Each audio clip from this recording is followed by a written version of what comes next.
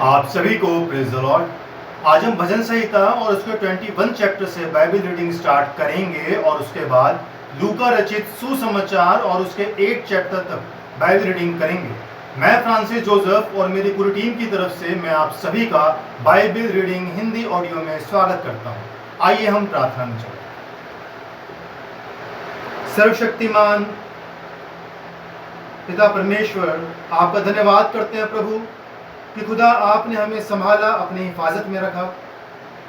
पिता परमेश्वर, प्रार्थना विनती करता हूँ खुदा, जो आपने आज का वचन दिया है, जब ये वचन पिता पढ़ा जाए और जब ये वचन सुना जाए तो होने दे पिता परमेश्वर कि आप उसके ऊपर अपना आशीष भरा हाथ रखें।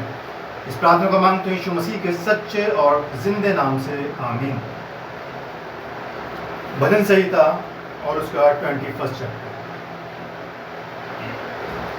हे यहोवा, तेरी सामर्थ से राजा आनंदित होगा और तेरे किए हुए उद्धार से वह अति मगन होगा। तूने उसके मनोरथ को पूरा किया है और उसके मुंह की विनती को तूने अस्वीकार नहीं किया, क्योंकि तू उत्तम आशीषें देता हुआ उससे मिलता है और तू उसके सिर पर कुंदन का मुकुट पहनाता है। उसने तुझसे जीवन मांगा और तूने जीवन दान दिया।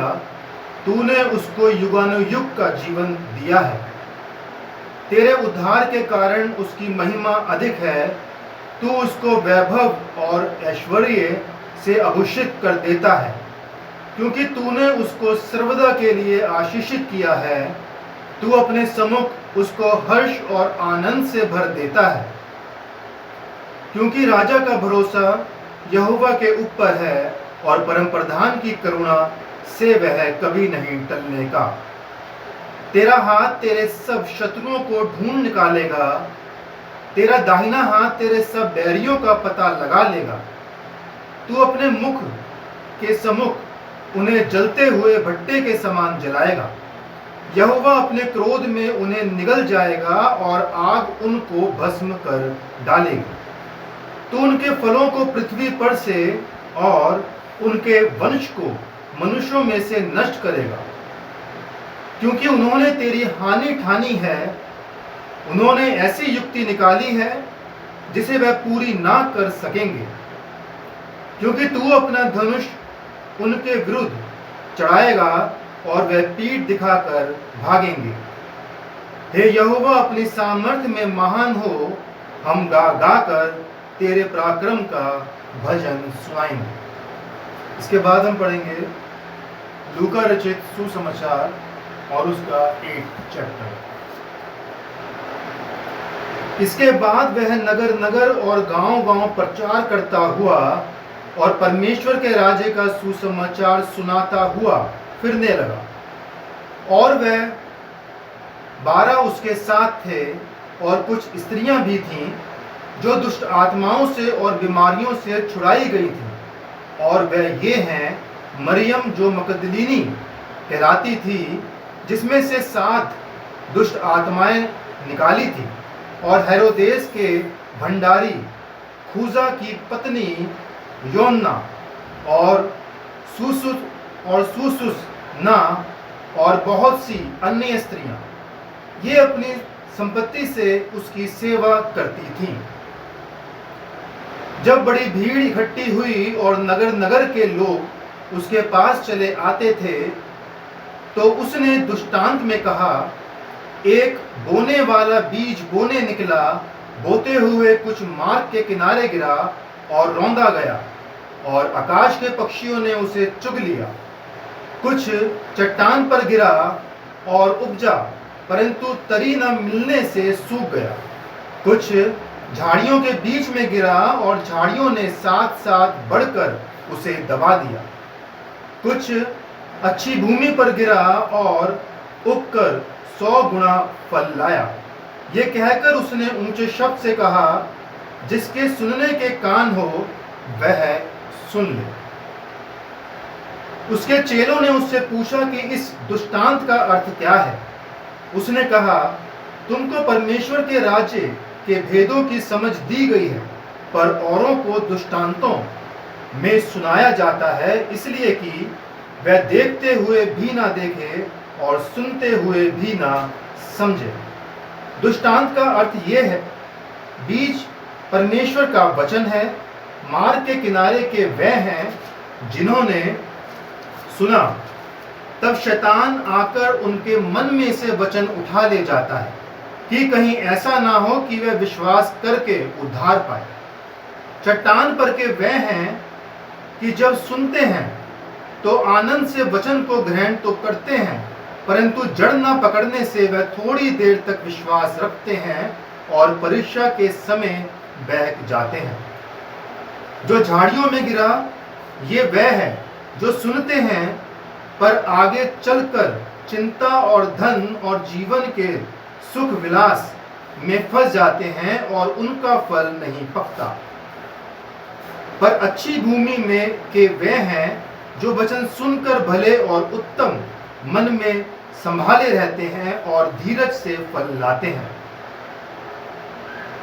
कोई दिया जला के बर्तन से नहीं ढांकता और ना खाट के नीचे रखता है, परंतु दीवार पर रखता है कि भीतर आने वाले प्रकाश पाए। कुछ छिपा नहीं जो प्रकट ना हो, और ना कुछ गुप्त है जो जाना ना जाए और प्रकट ना हो। इसलिए चौकस रहो कि तुम किस रीति से सुनते हो, क्योंकि जिसके पास है उसे दिया जाएगा और जिसके पास नहीं है उससे वह भी ले लिया जाएगा जिसे वह अपना समझता है। उसकी माता और उसके भाई उसके पास आए, पर भीड़ के कारण उससे भेंट ना कर सके। उससे कहा गया, तेरी माता और तेरे भाई बाहर खड़े हुए तुझसे मिलना चाहते हैं। उसने इसके उत्तर में उनसे कहा, मेरी माता और मेरे भाई यही हैं जो परमेश्वर का वचन सुनते और मानते हैं। फिर एक दिन वह और उसके चेले नाव पर चढ़े और उसने उनसे कहा, आओ झील के पार चलें। अंत उन्होंने नाव खोल दी, पर जब नाव चल रही थी तो वह सो गया और झील पर आंधी आई और नाव पानी से भरने लगी और वह जोखिम में थे। तब उन्होंने पास आकर उसे जगाया और कहा, स्वामी स्वामी, हम नाश हुए जाते हैं। तब उसने उठकर आंधी को और पानी की लहरों को डांटा और वह थम गए और चैन हो गया। तब उसने उनसे कहा, तुम्हारा विश्वास कहाँ था? पर वे डर गए और अचंभित होकर आपस में कहने लगे, ये कौन है जो आंधी और पानी को भी आज्ञा देता है और वह उसकी मानते हैं। फिर वह गिरासेनियों के देश में पहुंचे जो उस पार गलील के सामने है। जब वह किनारे पर उतरा तो उस नगर का एक मनुष्य उसे मिला जिसमें दुष्ट आत्माएं थीं। वह बहुत दिनों से ना कपड़े पहनता था और ना घर में रहता था, वरन कब्रों में रहा करता था। वह यीशु को देखकर चिल्लाया और उसके सामने गिरकर ऊंचे शब्द से कहा, हे परम प्रधान परमेश्वर के पुत्र यीशु, मुझे तुझसे क्या काम? मैं तुझसे विनती करता हूँ, मुझे पीड़ा ना दे। क्योंकि वह उस अशुद्ध आत्मा को उस मनुष्य में से निकलने की आज्ञा दे रहा था, इसलिए कि वह उस पर बार बार प्रबल होती थी। यद्यपि लोग उसे सांकलों और बेड़ियों से बांधते थे, तो भी वह बंधनों को तोड़ डालता था और दुष्ट आत्मा उसे जंगल में भगाए फिरती थी। यीशु ने उससे पूछा, तेरा क्या नाम है? उसने कहा, सेना, क्योंकि बहुत दुष्ट आत्माएं उसमें पैठ गई थीं। उन्होंने उससे विनती की कि हमें अथाए गड्ढे में जाने की आज्ञा ना दे। वहां पहाड़ पर सूअरों का एक बड़ा झुंड चर रहा था, इसलिए उन्होंने उससे विनती की कि हमें उनमें बैठने दे। उसने उन्हें जाने दिया। तब दुष्ट आत्माएं उस मनुष्य में से निकलकर सूअरों में गई और वह झुंड कड़ाड़े पर से झपटकर झील में जा गिरा और डूब गया। चरवाहे ये जो हुआ था देखकर भागे और नगर में और गांव में जाकर उसका समाचार दिया। लोग ये जो हुआ था उसे देखने को निकले और यीशु के पास आकर जिस मनुष्य से दुष्ट आत्माएं निकली थीं उसे यीशु के पांव के पास कपड़े पहने और सचेत बैठे हुए पाकर डर गए। और देखने वालों ने उनको बताया कि वह दुष्ट आत्मा का सताया हुआ मनुष्य किस प्रकार अच्छा हुआ। तब गिरासेनियों के आसपास के सब लोगों ने यीशु से विनती की कि हमारे यहाँ से चला जा, क्योंकि उन पर बड़ा भय छा गया था। अंत वह नाव पर चढ़कर लौट गया।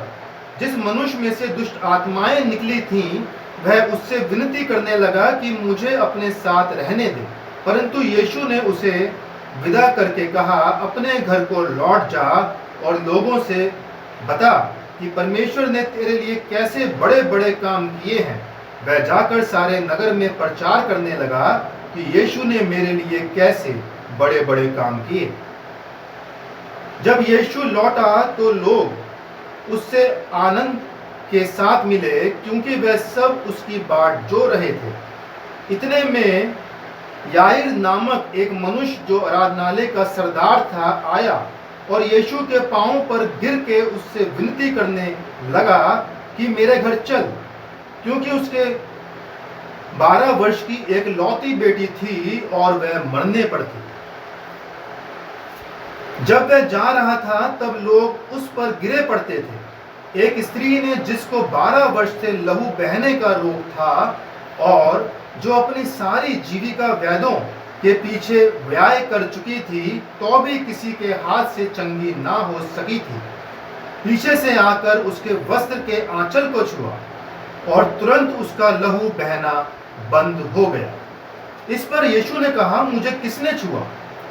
जब सब मुकरने लगे तो पतरस और उसके साथियों ने कहा, हे स्वामी, तुझे तो भीड़ दबा रही है और तुझ पर गिरी पड़ती है।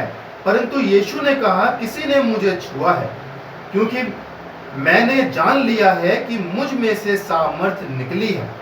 जब स्त्री ने देखा कि वह छिप नहीं सकती, तब कांपती हुई आई और उसके पांव पर गिरकर सब लोगों के सामने बताया कि उसने किस कारण से उसे छुआ और कैसे तुरंत चंगी हो गई। उसने उससे कहा, बेटी, तेरे विश्वास ने तुझे चंगा किया है, कुशल से चली जा। वह ये कह ही रहा था कि किसी ने आराधनालय के सरदार के यहाँ से आकर कहा, तेरी बेटी मर गई, गुरु को दुख ना दे। यीशु ने यह सुनकर उसे उत्तर दिया, मत डर, केवल विश्वास रख तो वह बच जाएगी। घर में आकर उसने पतरस, यूहन्ना, याकूब और लड़की के माता पिता को छोड़ अन्य किसी को अपने साथ भीतर आने ना दिया। सब उसके लिए रो पीट रहे थे, परंतु उसने कहा, रो मत, वह मरी नहीं परंतु सो रही है। वह ये जानकर कि वह मर गई है उसकी हंसी करने लगी, परंतु उसने उसका हाथ पकड़ा और पुकार कर कहा, हे लड़की, उठ। तब उसके प्राण लौट आए और वह तुरंत उठ बैठी। फिर उसने आज्ञा दी कि उसे कुछ खाने को दिया जाए। उसके माता पिता चकित हुए, परंतु उसने उन्हें चिताया कि ये जो हुआ है किसी से ना कहना। परमेश्वर अपने वचन के पढ़े और सुने जाने पर अपनी बहुतायत से आशीष दे। आमीन। मेरे अजीजों, आज जो मैंने चैप्टर पढ़ा है लूका रचित सुसमाचार और उसका 8 चैप्टर, इसकी अगर 15 वर्सेस में देखें तो कुछ इस तरह लिखा है, पर अच्छी भूमि में के वह हैं, वह बीज पर अच्छी भूमि में के वह हैं जो वचन सुनकर भले और उत्तम मन में संभाले रहते हैं और धीरज से फल लाते हैं।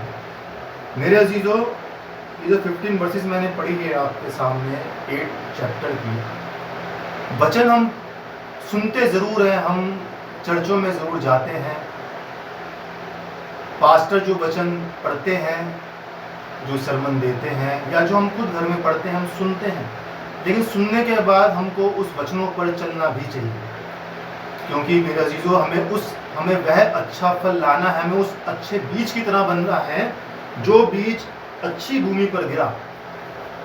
तो हम जब भी वचन सुनते हैं तो हम कोशिश करें कि हम वचन पे चलने की कोशिश करें और उसके लिए प्रभु से प्रार्थना करें कि हे खुदा, हे प्रभु परमेश्वर, हमें इतनी सामर्थ्य दे, हमारा विश्वास इतना मजबूत कर कि हम वचन पर चलने वाले बन सकें और वचन को समझने की, वचन के भेदों को समझने की, प्रभु के भेदों को समझने की, वचन को समझने की हमें शक्ति दे, ताकत दे, बुद्धि दे, समझ दे और हमारी आत्मा को इतना मजबूत कर कि हम वचन में सदा और सर्वदा बने रहें। इसी के साथ मेरे अजीजों, मैं आज का चैप्टर यहाँ समाप्त करना चाहूँगा। आइए हम प्रार्थना में चलें। धन्यवाद सर्वशक्तिमान महापिता परमेश्वर, आपका तहे दिल से धन्यवाद शुक्रिया अदा करते हैं सुंदर वचन के लिए जो आपने वचन दिया, जो ये वचन पढ़ा गया है और जो वचन सुना गया है। मेरे पिता, आप इसके ऊपर अपना आशीष भरा जो आपने हाथ रखा है, खुदावन ये वचन फलदायक हो। पिता परमेश्वर, इसके लिए आपसे प्रार्थना करते हैं खुदा, प्रभु जी बचे हुए पैर में हमारे साथ हो, जैसे आपने हमें अब तक संभाला, आगे पिता परमेश्वर आप हमें संभाल के रखें प्रभु जी। पिता परमेश्वर, तमाम स्कूल जाने वाले बच्चों के लिए प्रार्थना विनती करता हूँ पिता परमेश्वर, जो खुदावन बापा आसमानी काफ़ी टाइम के बाद पिता परमेश्वर जो स्कूल खुले हैं, बच्चों को अकल बुद्धि समझ दे, उन्हें अच्छा ज्ञान दे पिता परमेश्वर, ताकि वो स्कूलिंग अपनी अच्छे से कर सके पिता परमेश्वर, और खुदावन किसी भी महामारी की चपेट में ना आने वाले बन सके। हर एक बच्चों के साथ हो, बुजुर्ग के साथ हो, जवानों के साथ हो, कमाने वालों के साथ हो, बेरोजगार के साथ हो, एक एक की खुदा सुधी। ज़्यादा मांगा प्रभु माफ़ कर, थोड़ा मांगा अपने भरपूर भंडार में से दे। इस प्रार्थना को मांगते हैं यीशु मसीह के सच्चे और जिंदे नाम से, आमीन। परमेश्वर का अनुग्रह हम सब पर बना रहे और प्रभु की आशीष हम सब पर सदा और सर्वदा बनी रहे। आप सभी को प्रेज़ द लॉर्ड।